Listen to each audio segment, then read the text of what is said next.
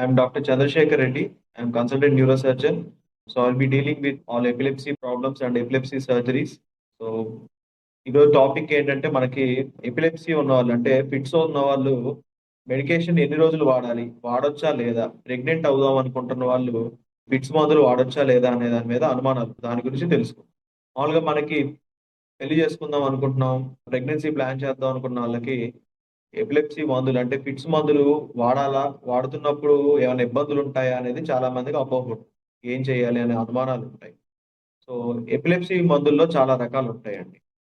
మనం మందులు వాడుతున్నాం అనుకోండి, అది వెంటనే ఆపకూడదు. ప్రెగ్నెన్సీ ప్లాన్ చేసే వాళ్ళకి కానీ, మ్యారేజ్ ప్లాన్ చేసుకునే వాళ్ళకి కానీ ముందుగా ఫస్ట్ మీ పార్ట్నర్ కి నాకు ఇలా ఫిట్స్ ప్రాబ్లం ఉందనేది చెప్పాలి. చెప్పి ఏవే మందులు వాడుతున్నాం అనేది వాళ్ళకి వివరంగా చెప్పాలి. వాడకపోతే ఏవే ప్రమాదాలు ఉన్నాయి అనేది కూడా వాళ్ళకి వివరంగా చెప్పిన తర్వాతే మనం మ్యారేజ్ కి ప్రొసీడ్ అవడం కానీ, ప్రెగ్నెన్సీకి ప్రొసీడ్ అవడం కానీ చేయాలి. చాలా వరకు ఫిట్స్ ఏంటంటే అన్నిసార్లు మందులు కంటిన్యూస్ గా వాడాల్సిన అవసరం ఉంటుంది. కొన్నిసార్లు మోతాదు తగ్గిస్తారు, డోస్ తగ్గించవచ్చు, లేదా ఎన్నిసార్లు వేసుకుంటున్నారు అనేది కూడా తగ్గించవచ్చు.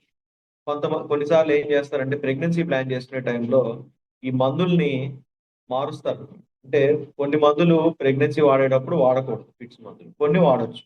సో మీరు వాడే మందులు ఏ వాడుతున్నారో చూసి ఏ మందులైతే వాడకూడదో ఆపి దాన్ని సబ్స్టిట్యూట్ చేస్తూ వేరే మందుల్ని మనం స్టార్ట్ చేస్తాం. సో అట్లా ప్లాన్ చేసుకున్నట్టయితే ఈ ఫిట్స్ మందులు అనేవి ప్రెగ్నెన్సీ టైంలో కానీ, ప్రెగ్నెన్సీ ప్లాన్ చేసుకునే టైంలో కానీ, ఈవెన్ పెళ్లి చేసుకునే టైంలో కూడా మీకు ఎటువంటి ఇబ్బంది అనేది ఉండదు. Thank you.